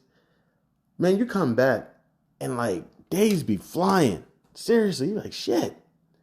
You know, like they don't be that long. All right, next week. Essentially, let me look at the implied volatility. Okay, so this week was the week of volatility. Next week, volatility falls off. The week after that, volatility falls off. Okay, so volatility on February, 22 days from now, February 23rd, 2024, which supposedly you're really supposed to trade like the third week of the month. I don't know, it's some historical thing. I think that's when they used to expire, something like that back in the day. So February 23rd is the third week of the month. But it looks like volatility is dead. So 22 days from now, I could sell a contract essentially saying that JetBlue is not going to go above $6.50. So I'm just going to do a little technical analysis because honestly, I'm kind of getting hungry, ready for some lunch. So I'm kind of ready to get up out of here. $6.50 does appear to have some resistance. It is 22 days. And in 22 days, it looks like I could sell a contract for 5 cents. And I have 3 lots, so I could essentially maybe sell 3 contracts. Let me go to the 29th. Yeah, these contracts are rough. You want to hear a bad joke? How does a dog describe a bad day? Rough. Okay. Sorry. My bad. Sorry about that. All right. These contracts are really rough. They really are. Like, there's a 15-day at $6. I could probably get it for 8 cents. 15 days. I could probably sell about 3 of them. Where's $6 at? $6 is at that perfect resistance line, and I don't like that because what happens sometimes is it shoots past that. Something happens, and it just shoots past it, and that's when you set your order types, your stops, and your limits. Okay.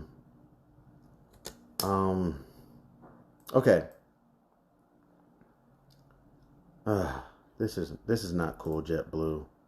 Gosh darn it. It makes me wonder if I should just go sell a put. But even the puts are nasty. It's like nobody's trading JetBlue at all. If I went to the volatility, let me see if I can go to the volatility. All right, the current and volatility percentile is 40. The sizzle is like 0.2. Volatility sizzle is like 0.9. It's like, I don't even know what all this stuff means. Implied volatility 74, but I don't think it's let me go to the fundamentals real quick. And see their like average volume. JetBlue, you're kicking my ass. You really are kicking my ass. JetBlue, what to do? JetBlue's volume.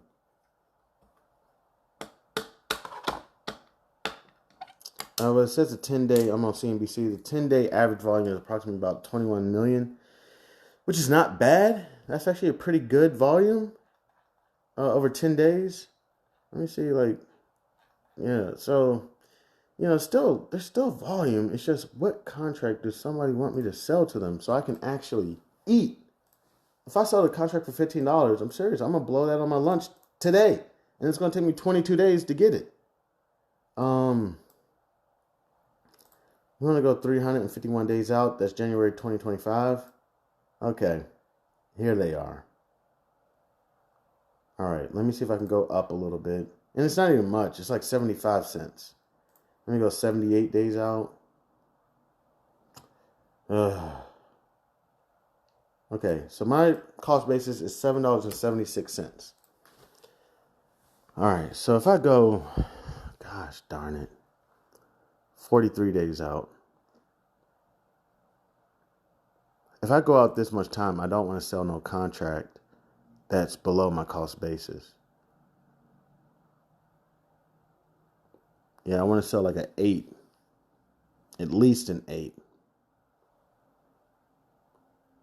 And there's an 8, 232 days out. That's September 2024, 20th, 2024. That's selling for about 35 cents. That would give me 35 cents times 3, which is about, that'll give me $1. I could work with that a little bit better, but that would take 232 days to make $1. Gosh. And he times it by 100, by the way. And what's $1 divided by 232 days? If I'm willing to make that, then I'm sorry. $1.05 times 100 equals 105 divided by 232 equals 45 cents a day. So if I'm willing to make 45 cents a day, let's see if there's any way I can make that like now. There's no way. Oh gosh, these contracts are so bad. They're awful. It's almost like sell a contract, take a loss, get the premium, roll out. You know what? I'm going to sell a put. I'm not even going to fool with the calls right now. Selling a call. I'm going to just sell a put next week. If this thing goes below 5. Let me see. No, I don't want to do that one. In 15 days, if this thing goes below 4 or 5, I'll get another 100 shares. These contracts are so bad. They're so bad. There's one, if this thing goes below 550, I can make approximately about 42 cents. And it's already below 550. So then that person could assign me. And that's not what I'm trying to do.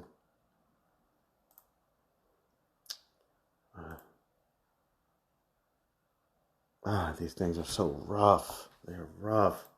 All right, you know what? I'm just going to go next week. I'm just going to make up a contract. That's all I'm going to do. I'm tired. This is ridiculous. This is ridiculous, JetBlue. It's absolutely ridiculous that your contracts are this bad. Gosh. You know what? I'm going to go out 351 days. I see a contract going for approximately 76 cents, which should cover, I don't want to go 350. I don't know what to do. I'm sorry, y'all. I'm sorry. I don't know what to do with this company. You know what?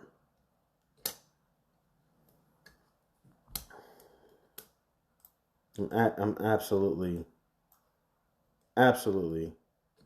positively flabbergasted. I am freaking flabbergasted. All right, so there's a bet today essentially that it won't go above 550, going for approximately $2. But that won't even cover.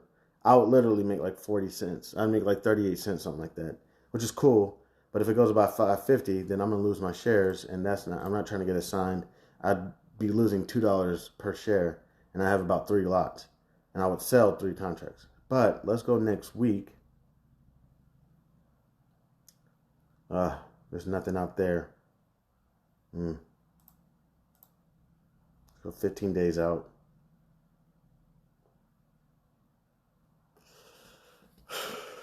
Okay. I'm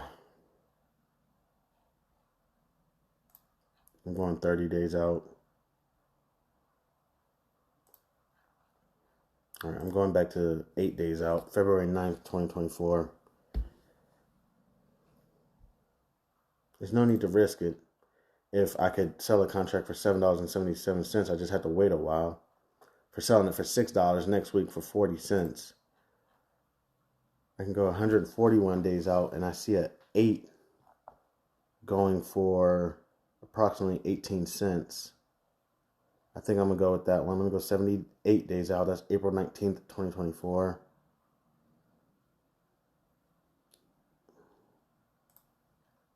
Because that's the other thing is I want this contract to expire like now so I can keep the premium. So I don't want to give people that much time.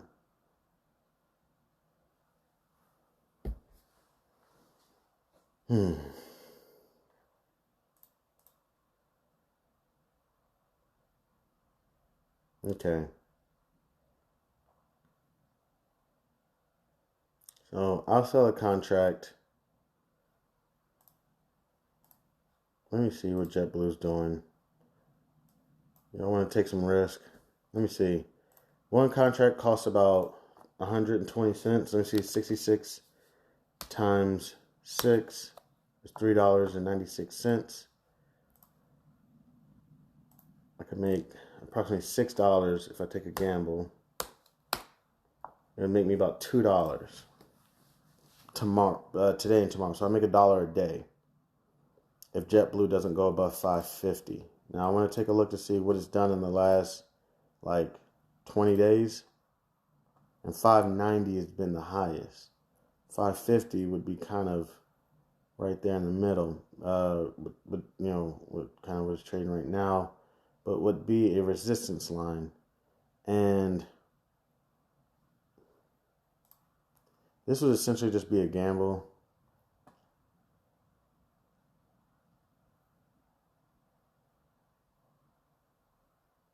Let's go ahead and do it. Y'all want to do it real quick? I'm going to sell 3 lots. And I'm going to put in 3 cents.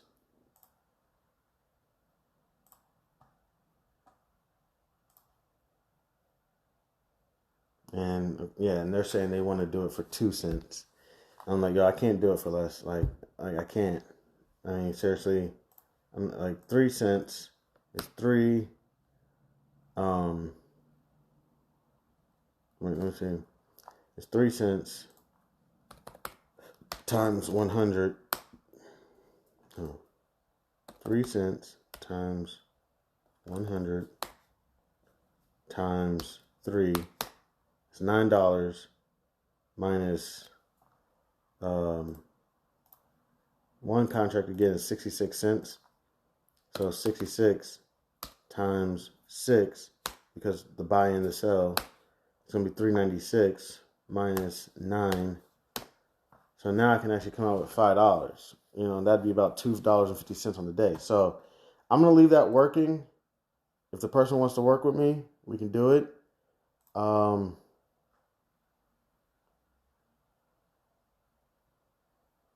thing is, I don't want to not be paying attention and then JetBlue shoots up and I sold this contract. So I think I'm going to cancel it. If they don't want to do the deal right now, I don't want to do it for $2. That's absolutely insane. I'm make 40 cents per contract. That'd be $1.20, which is not bad. I'm not saying it's bad, but that's just too much work. All right, real quick, let's just go in here and see if there's another contract available. Now, I don't have to hold these contracts for 351 days. That's not the thing. I could sell it if, it's not worth much. I mean, I'm not selling it. I mean, I could buy it back if it, goes down in price. So I see a 10, 351 days out. Let me see real quick. Let me go 78 days out. I got a 7 going for about 14 cents and an 8 going for approximately 8 cents. Let me go 43 days out.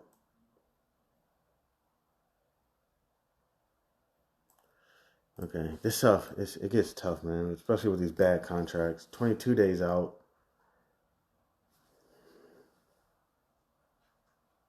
Okay, I see a 750 going. Nobody wants it. Okay, so I'm going to make up a contract, okay? So I'm going to go February 2nd. If you want this, I'll sell you. Let me go to next week, February 9th. No, let me go to 23rd. 22 days out. You want this contract? I'll sell it to you. I'll sell you an $8 contract, and nobody's buying this. I'm just making it up. I'll sell it to you for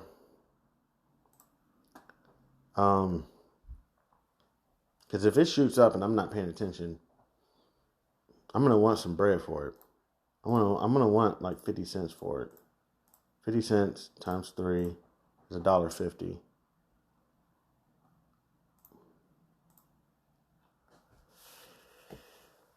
I'm just gonna put in 50 cents for right now, and nobody's buying it. I'm gonna put in, because you want to keep it reasonable. I'm looking at the other contracts. They're selling for like 10, 20 cents.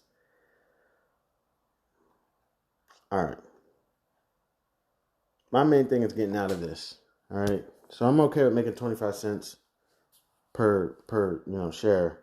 If I can get out of 8, make 25 cents, and then I can make another 25 cents. I'll sell it for 25 cents. Okay. I'm gonna leave that good till day. I'll leave that open for the day. And I want to sell 3 of them. 3 contracts. That's February 23rd, 2024. Strike price 8. I'm going to set the price at 25 cents. And I'm going to make that good for the day. Nobody's buying it right now, but what that can do is when I leave my computer, I'm not sure, but I think the money already went into my account. That don't even make no damn sense. Nobody even bought the contract. Somebody, I think, said they'll give me 3 cents.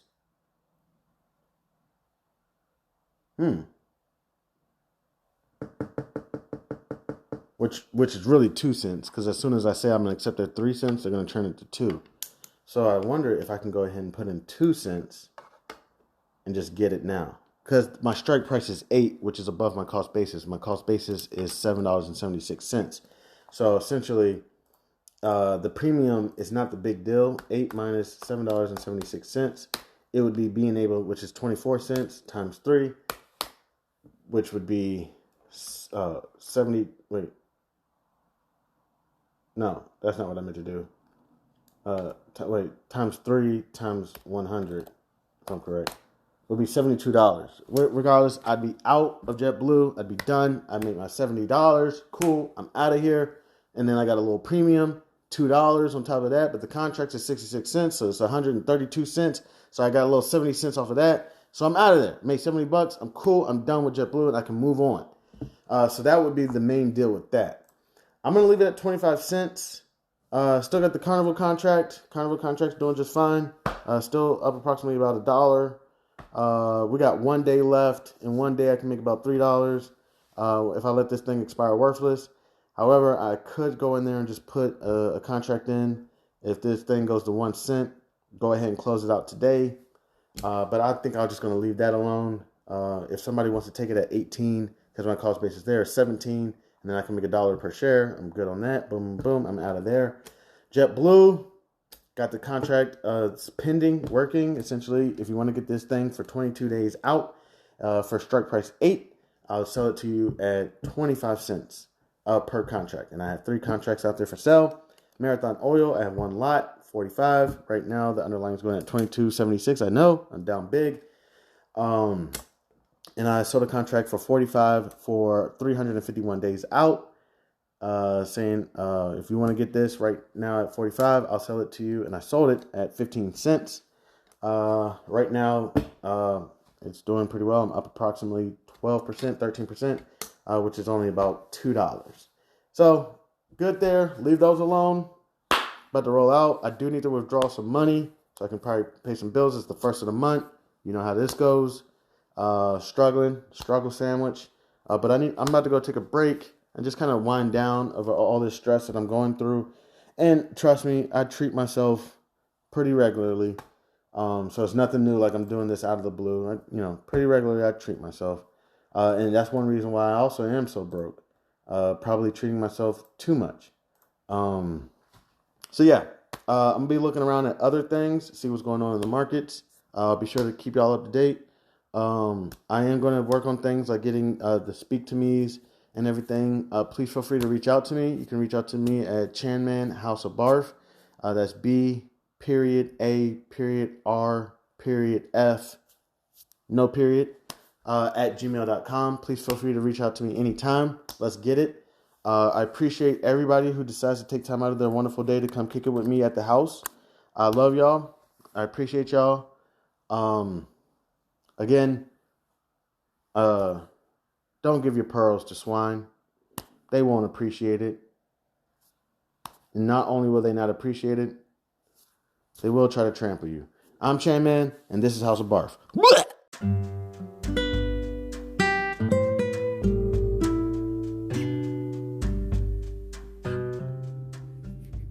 I am thrilled to introduce you to an exciting new storybook journey that I believe will capture your imagination. Allow me to present Langston Manxton's Coolamade Stand Adventure, a compelling short story that promises to transport you to a world of interest, excitement, and learning. The title of the book is Langston Manxton's Coolamade Stand Adventure by Chandler Hayes. In a world of colorful imagination and captivating stories, a new children's book has emerged to empower our young minds with crucial life lessons, life skills, and financial literacy. Langston Manxton's Coolamade Stand Adventure is a cheering short story written by a talented Black author who understands the importance of equipping our youth in the early stages of life with the tools they need to navigate the realm of money, savings, and smart choices. Meet Langston Manxton and his imaginary best friend, Zonky, a pink elephant, two curious souls who embark on an adventure around the vibrant landscape of Wichita, Kansas, where Langston Manxton sets out to accomplish multiple goals and is met with obstacles that he must overcome. Langston Manxton and Zonky discover valuable lessons of talking about finances in the home in order to gain knowledge.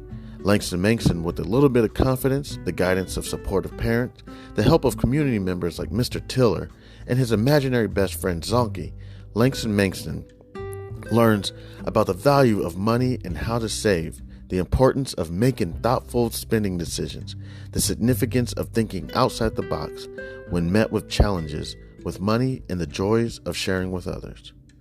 Through relatable experiences and engaging storytelling, young readers are introduced to the fundamental concepts of money, such as earning, saving, and spending responsibly. Langston Manxton set savings goals, teaching children the importance of planning for future needs and dreams. The book celebrates diversity and the different perspectives on money, shedding light on its role in different people's lives. The characters' interactions emphasize the joys of serving others, the gift of sharing, and making a positive impact in their community. The pages of Langston Manxton's Coolamade Stand Adventure come to life with vibrant illustrations. The colorful and imaginative visuals not only captivate young readers, but also enhance their understanding of complex financial concepts. Langston Manxton's Coolamade Stand Adventure is coming soon to bookstores and online realtors It is a must-have addition to any child's library, fostering essential life skills while sparking the joy of reading. Empower the young minds in your life with the gift of financial literacy and imagination. Join Langston Manson, Zonky, family, and friends on their extraordinary journey of running a drink stand to set them on the path of a brighter future. Your opinion means a great deal to me.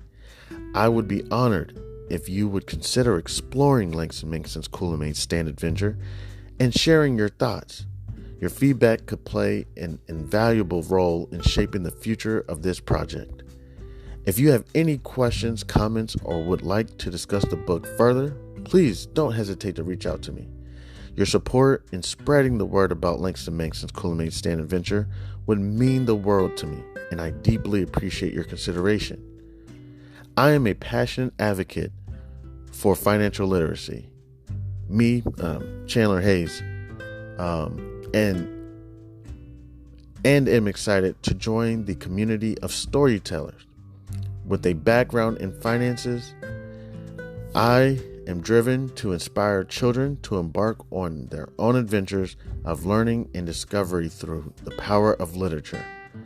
Langston Manson's Kool-Aid Stand Adventure is a heartfelt endeavor to promote financial literacy in a fun and accessible way.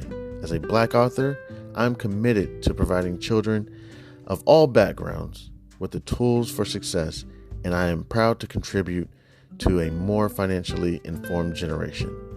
Thank you for taking the time to explore this advertisement, and I look forward to the possibility of sharing this extraordinary literature adventure with you. Please feel free to contact me. You can reach me at the email c287gph@gmail.com. All right, thank you. Warmest regards. Have a great day. God bless.